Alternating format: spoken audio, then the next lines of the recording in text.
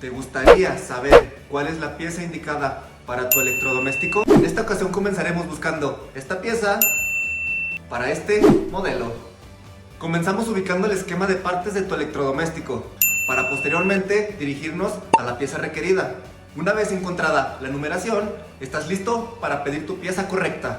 Pero, ¿cómo puedo conseguir mi pieza? Dale este número de parte a tu proveedor de confianza o pregunta si tenemos la pieza disponible en nuestro stock de partes. ¿Quieres saber qué pieza lleva tu electrodoméstico? Déjanos un mensaje en los comentarios. Eres audaz por querer aprender más sobre tus electrodomésticos. Soy William Aguilar y te doy las gracias por estar en Global Parts.